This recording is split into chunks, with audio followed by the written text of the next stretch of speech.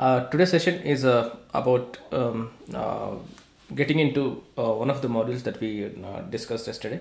So let us try to look at what we did so far in terms of this mini project that we are trying to do. Okay.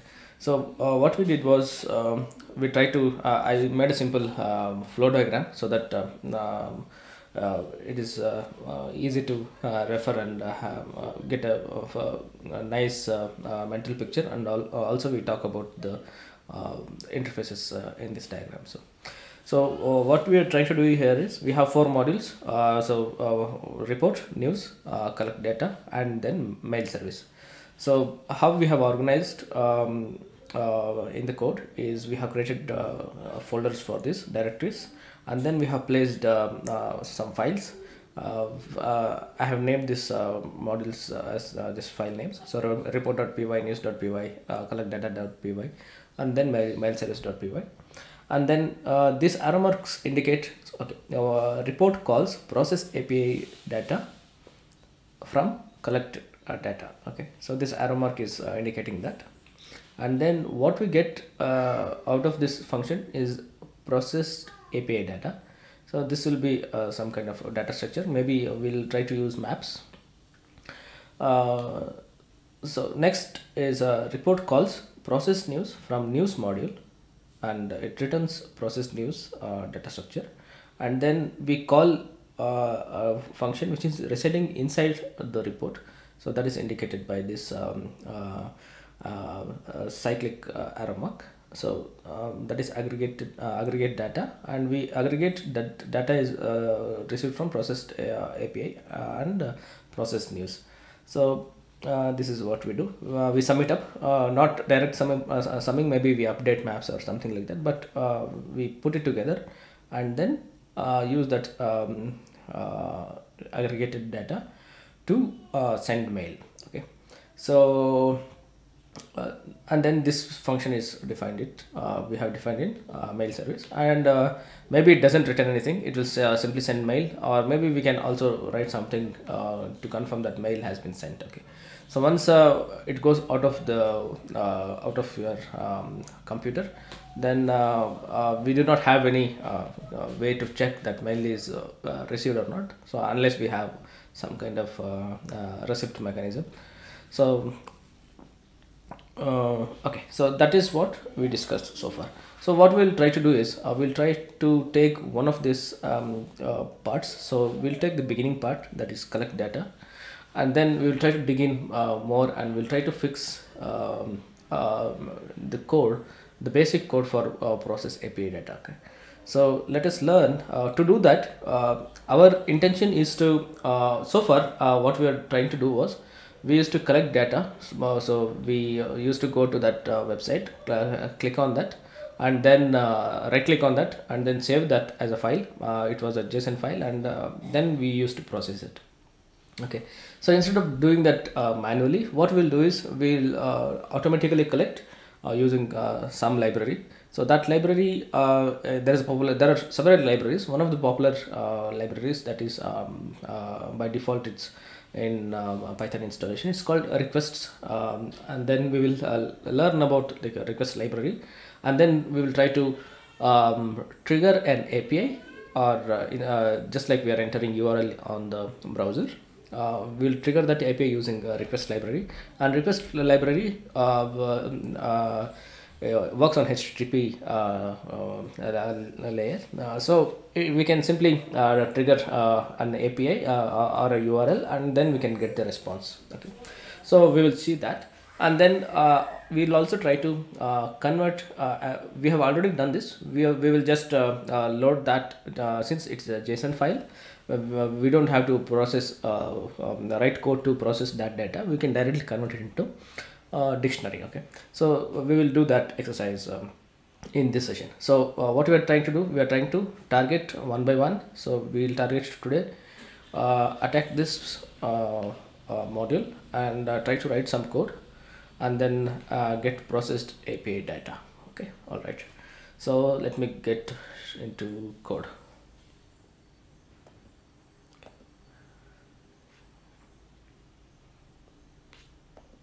here it is. Okay, yesterday there was a small mistake. We had to call send mail, but I was calling aggregated data, so I have fixed it here. Okay, so here this is fine. So let us get into input data module, and here get process data. Okay, so let us try to find out how do we get data from an API. Okay, so let us try to study a little bit. So Python requests get. Okay, so there are several examples. What we are going to do is we are going to pick up some code snippets and stitch it to our requirement. Okay, so that we should be only knowing what kind of libraries that support this, and what kind of process it does internally, and then we'll just use it and stitch it. Okay, so I'm going to copy this code. Okay, so and we will learn about this in a minute. Okay, processing API data. So calls an API, returns a dictionary. Okay, so I'm going to paste it here. Okay, so import, you can post you can paste import anywhere, but usually it's good to just like in other languages, we import everything in the beginning and then we use it. Okay, so let us see.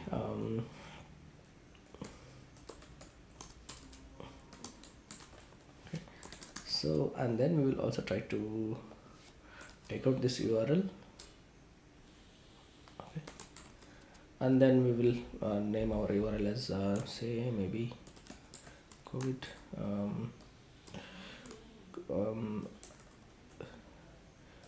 state-wise data URL. So this will make this as a URL. Sorry, we'll make this as a variable.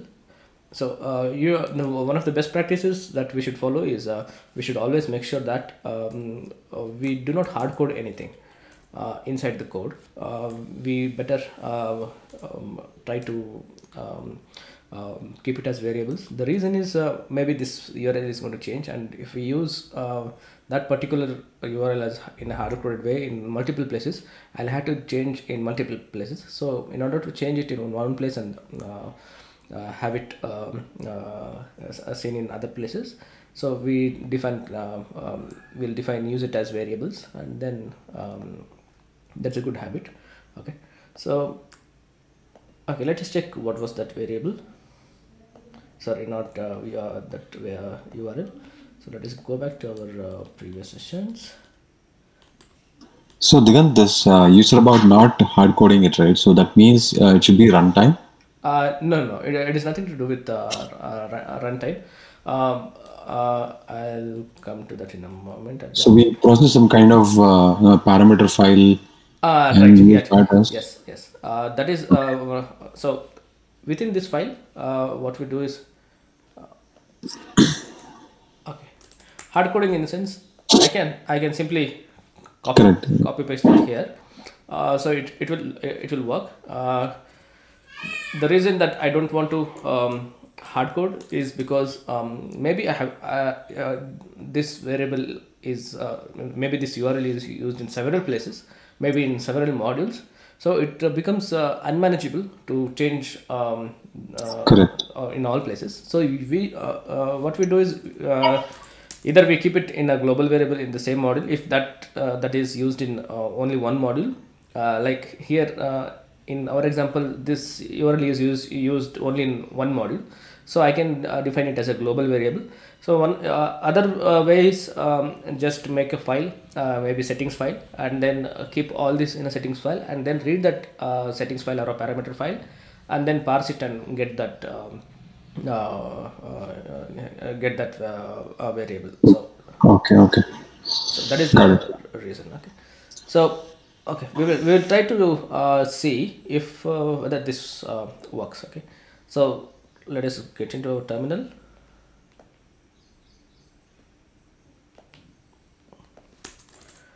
Okay, So let us get into, we'll just verify if our snippet works. Okay, copy paste. Okay, I'm going to copy paste this as well. So this is how you kind of break down things into smaller parts, and then you verify whether if it works.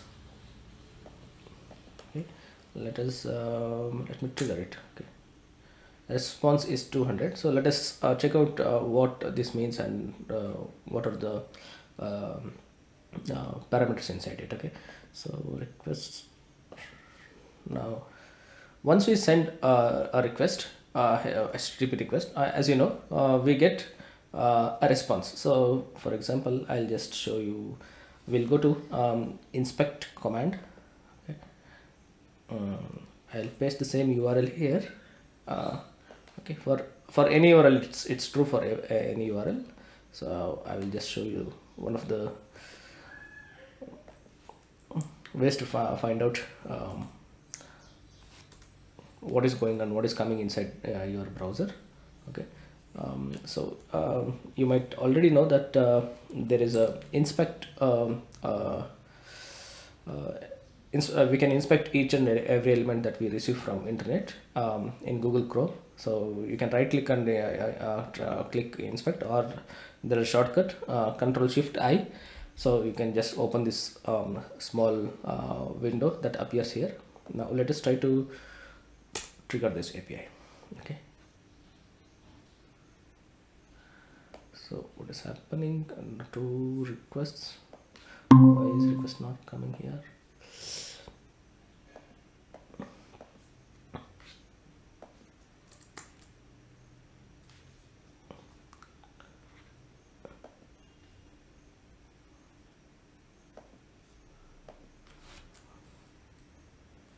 Let me try to find out something else.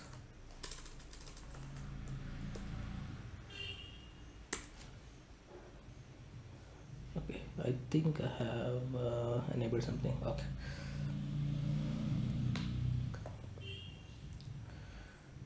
let me simply trigger it again.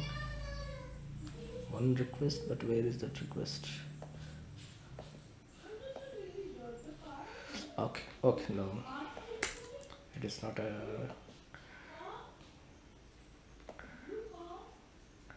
Okay, I'll just demonstrate it in another window. I don't know why it doesn't work. Okay,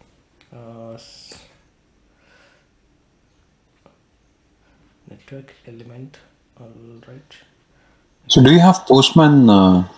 Yes. We can use Postman as well. Postman, okay. Yeah, but I have Postman, but I'll just show you that. Sure. Yeah. So Okay, whenever we click something, what happens is we send URL, and then we also tell what kind of request it is. Like there can be multiple comments that you can send. So get, post, patch, and things like that.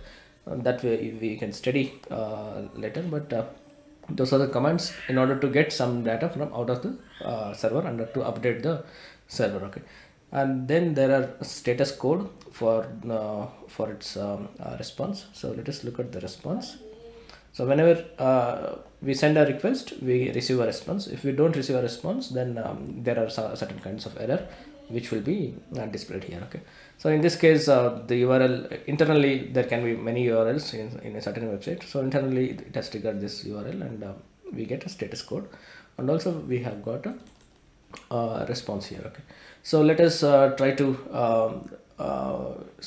look at so this is how the objects are organized. So you send a request, and then you receive a response, and then now in order to look inside response object, we need to find out what are the things inside a response object. So I'm going to search for Python response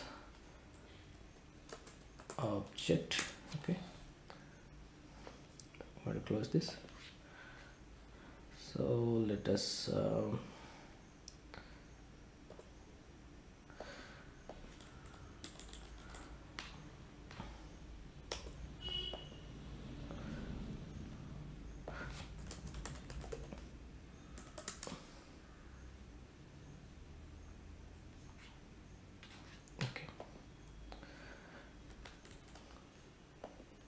So these are the various parameters that you can send, but let us not worry about that. Now let us come to response.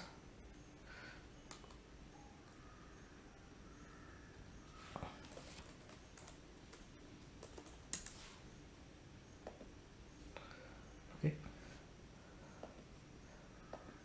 So response will have a status code, and then it will have the data that which it comes along with that. Okay, so request get some, that's a response, and then there is code, and then there are headers. We don't have to worry about that for now. And then there is encoding, there is text. This is where the data is embedded. Okay, so this is more kind of a documentation. This is an example, so this is better than that. Okay, for our purpose. Okay, so now let us try to store this in a variable called as response. Okay, now let us look at the response objects. Okay, dir. So I have status code, I have text, I have URL. So there are a lot of other elements. So for now we just need the text out of it. So response dot text. Great. So we have got a JSON response, and as in the slash n means a new line. So we have got a JSON response that's successful. That means my this snippet works. So now I have to take this snippet and then format JSON out of it. So in order to do that, what I'll do is maybe there is an API already. Okay, good. So response COVID data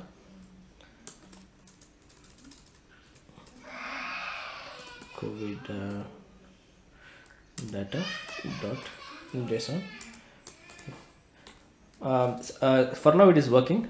Yeah, in going ahead, what we should do is we should maybe keep it in a try except block, and then if something goes wrong, we have to throw an error. Okay, we'll do that in future sessions, but let us just get this working. Okay.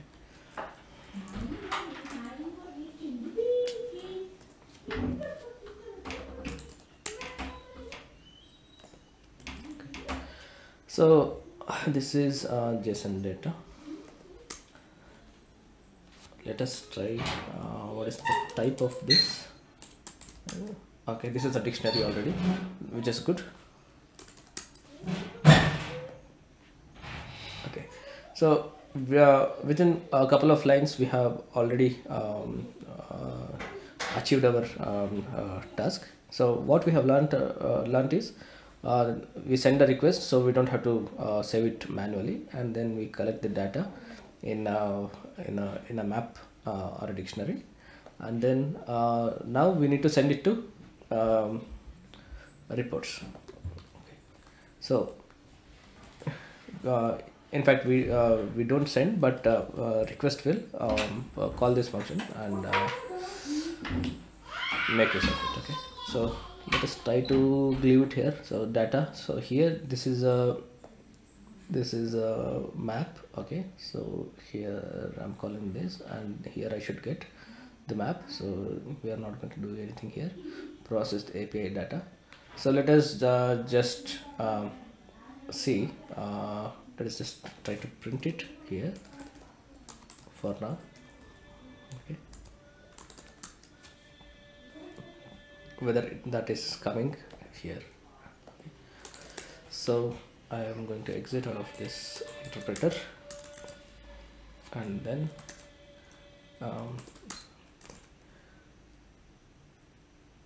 so yesterday what we did, Python main dot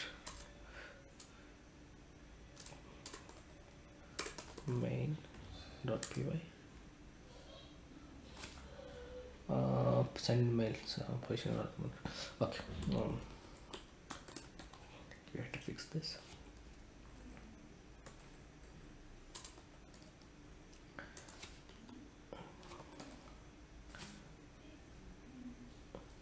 so this should be aggregated data.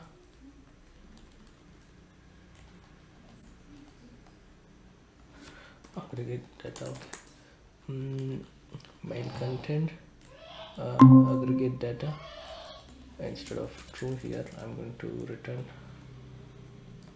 aggregated. Okay, instead of this. Okay, mail content. Where is this aggregated data? Okay, one more mistake.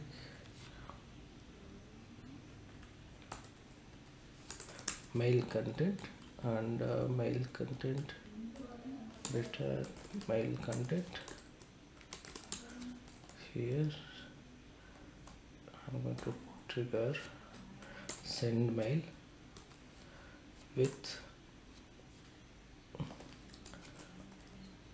aggregate data, and then I get some aggregated data, and then I'm going to send this aggregated data into the send mail. Okay, good. So what we did was we fixed up some things here. Okay, some arguments and things like that. Okay, flow remains the same thing. Okay, so we have successfully collected the data from API. Okay, and then we have put it into a JSON format, and we have loaded that into a dictionary. And then here now I have got some data here. Oh, sorry, not here, sir. Where is that? Here I have got some data, get processed data.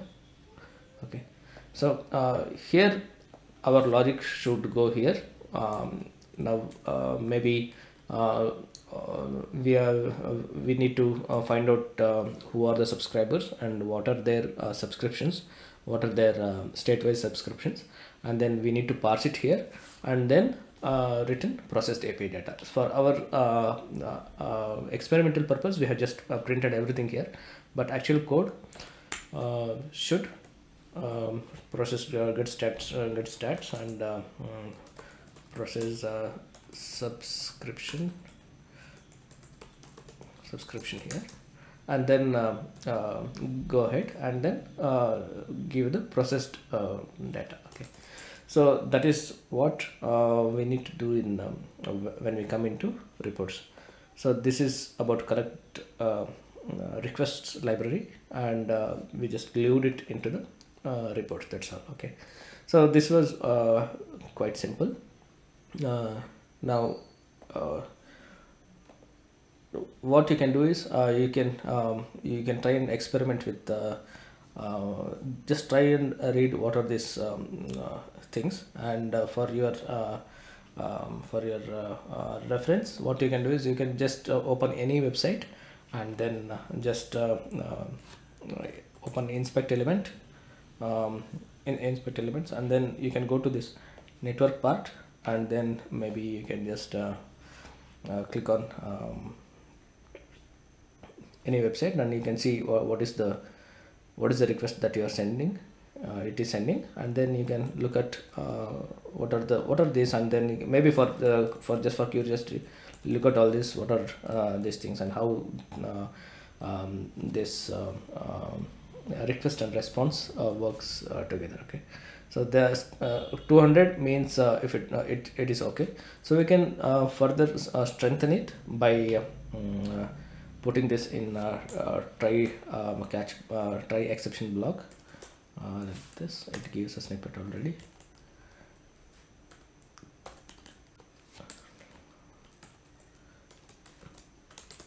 And then we need to find out what kind of exceptions we might get, which we have already worked out in the previous session.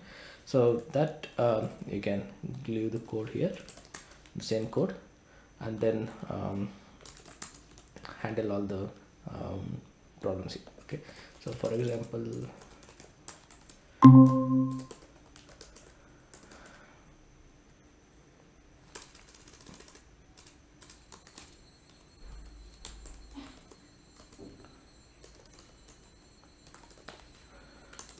let us try to see if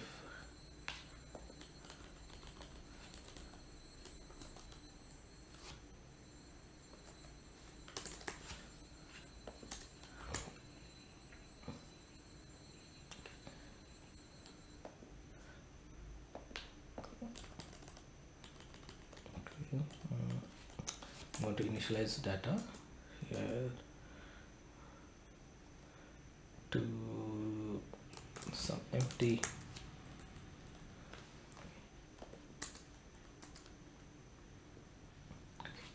Now what I've done is, just to make sure that my try except block is working, I have just changed variable the URL name to some I have just added some characters here, so that that URL is not there, and now we are handling it, and then we can say that URL is not working. Okay, so maybe we just put instead of print we can put logs here. Okay, so that is about trying to understand the handshake between request and response, and then handling these things, and then we will try to jump to reports part, and we will define what exactly we need to parse it here. So for our simulation purpose, what we will do is, maybe we will create another module here, or maybe we can create a simple function of global variables for subscription data. So, or maybe we'll create a new module. Say for example, if you have written in a single file, so it's difficult to glue the code in between, and it's not very very nice to do that gluing in a single file. So what we'll do is, maybe we'll create a new module called as subscription subscribe is good. Subscribe, not here, I'll do it outside this here. Okay. Subscribe. Okay, so maybe here I'll add some for now, maybe I'll just add a settings file, subscription data, subscription data dot json maybe. Okay, so this is just a file, a static file. It doesn't have any code. Maybe I'll write something like, okay, that gmail.com has subscribed to some states, interested states, Karnataka. Okay,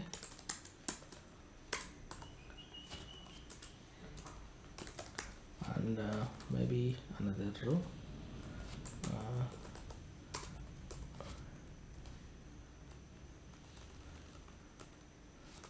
and then okay.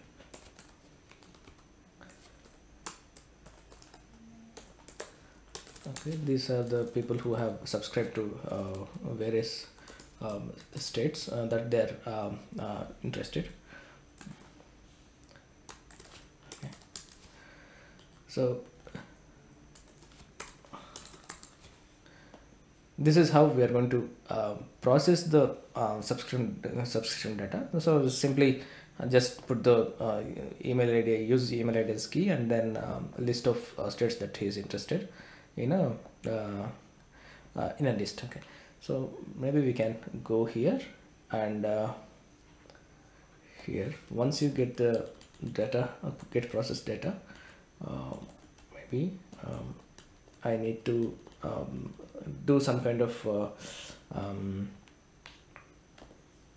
here some kind of use this subscription data, and then process this. Okay, maybe I need to do the same similar thing. So I can load this JSON as a dictionary, and then inside that dictionary I can do something like mail ID, and then list of states. Okay, so variables should be should be named in a way that you can easily read it, and it makes sense. Okay, so okay, some json, I'll just put some subscription data. Okay, I'm going to keep it as empty variable so we can fill it up later. Subscription data dot items will return key and value, and then for each of this person, so here I will get mail ID and the list of states he's interested in. So what I should be doing is I should get this process data and then find out those I have them as keys here already at some level. So those data, the data coming from that state has multiple other information, so we just ignore other information and only we pick only maybe 3 items of from them, and then we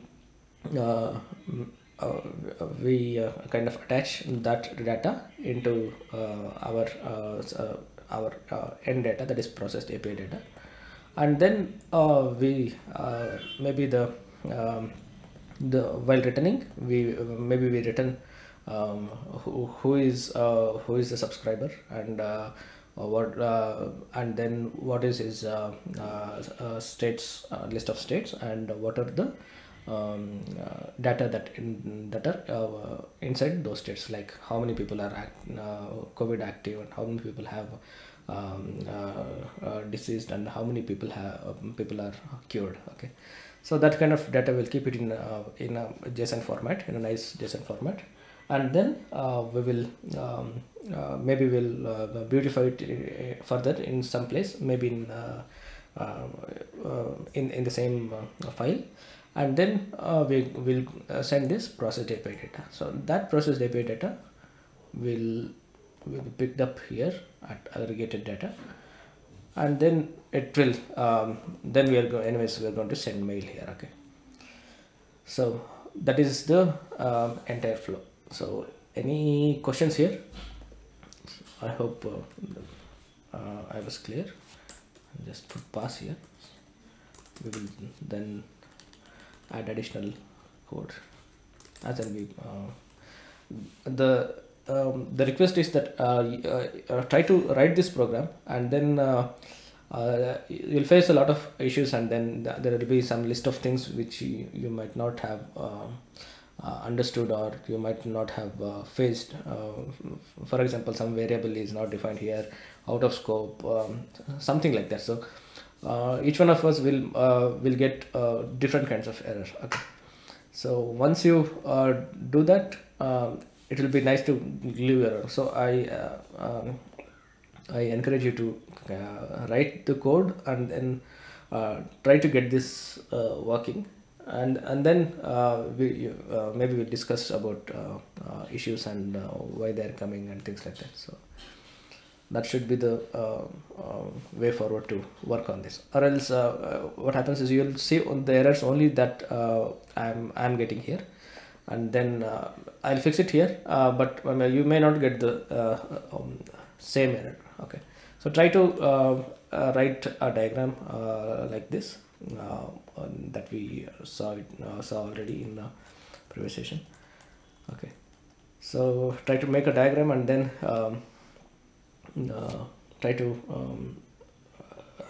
have a clear picture on in our head, and then try to write some code, so it becomes really easy, and then we know where we are going, and there are some things maybe which we might need to add on the flow, and then we'll add it without affecting other modules. So that is the reason that we have created modules. Okay, then we'll have modular structure, and then we'll simply try to glue things. Okay.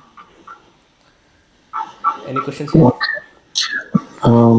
Okay, so Digant, I have question. Okay. So I mean, honestly, if you ask me, right? So I'm a person, I mean, I completely understand this flow diagram. So this is how it actually Okay. initially get the data, process it, and then pass it on to another function, and then Okay. do the aggregation and all that stuff. I'm okay with that. Okay. I mean, talking from my side, right? So what I get confused is when I actually draft a skeleton for this. Okay. So basically, that variable navigation from each function onto the main or Okay. other functions is actually slightly confusing for me. So that goes in like, okay, if I'm using data here, again passing the data back onto the calling function. So that gets a little tricky. I think that's not something very difficult, but yes. Yeah. So I think like the way you actually made 4 separate files, right? Like collect data, and you drafted all the skeleton. Okay. So I mean, is it a good practice if I go like start with let's say collect data, and then I test that, and then I call the function which has to go and process the data, and then I go incrementally develop this. Yes, you can do that. Yeah. I can do that, right? Yeah, Okay. yes. And Yeah, you can do that. Okay. There is there are several approaches to build a software. That is, one is like bottom up approach, and then there is like top down approach. So bottom up approach is also it works. Like you said, you can build modules, and then you can try to figure out how to fit in things in a calling function or caller function. That also it works, because finally what you get is out of all this exercise, the whole you'll get the same picture again. I mean, whatever we discussed. So that should work. Okay. That is not the only way. Yeah. Okay, fine. And are there any set of imports that we import the classes or what is that? The packages, right? Right. So are there any standard set of the packages that we import for every module that we configure? Nothing, right? No, nothing like that. So there are on need basis, only then you import the packages. Some packages are by default, like by a lot of people use it, and then it becomes an essential commodity. Such kind of libraries are already put inside Python default installation, such as regular expressions, request library, and things like that. So some are not so much. It's not an essential goods. So they are available outside. This one you just need to do pip install, and then download the package. And for writing, depends on our purpose. For if you want to do something in a certain area, say for example you want to process some XML file, so there is already a default library, and then there are libraries which are available outside that default. So you can use both of them and try which one works. For simple things, it shouldn't matter. Say maybe if data is very huge, maybe one of the modules doesn't handle that. Maybe you search for other module, because internal algorithms could be different there, and then you try to fit in them. That's all. So there are no default packages that you need to or you must import before writing program. No, nothing like that. Because in coming from C++, there are default some hash includes that we must import. Such thing is not there here, because it's already by default it's they're imported. For example, print is coming from a certain library, but you don't need to explicitly import it like we do in C++. Okay, and this one, right? I see that from in the 4th line. So if I read that particular statement, so basically from input data.python file, so you actually calling, what is this call data, collect data? Is it a function? Yes. And get process data is also a function. No, this is not a function. This is a module. This is in layman terms, it's just a folder. So there is a folder. So inside that, so here is the folder. So inside that, there is a file. Collect data, correct. Inside that there is a function. and Okay. that is what I'm calling. That's all. So And can you just get back to reports.py? okay, Yeah. Collect data is nothing but, are we referring collect data anywhere? we are not referring collect data. We are referring get process Sorry, data. get processed. What is, okay, collect data is So just a file, right? Okay. yeah, so the reason is this get processed data could be somewhere else too. Like it's Mm-hmm. like finding out some object inside a So, okay. So yeah, basically, you're telling the compiler that, go into this input yeah, data folder right, and yeah, look for get process data function in the collect correct. data.py file. I'm trying to help it resolve. That's all. Correct. Yeah. Okay. In fact, you can just import input data and then do input data dot collect data dot get processed data. I see. Okay. So yeah, that is Okay. also You're fine. just trying to navigate to that particular function. Yes, yeah. Okay. Okay. Get it. Okay. I think this is good. Yeah. Okay. Yeah. Once you do Interesting. this exercise, you'll be like you'll go into the next level. So I kind of encourage all of you to just do this exercise, because even if you haven't been attentive on in other classes, once you try to build something, it's a great pleasure that okay, I have built something kind of. So this is very small idea, so you'll be able to follow the same ideology and get a clear mental picture, and then jump into anything that you want to build. So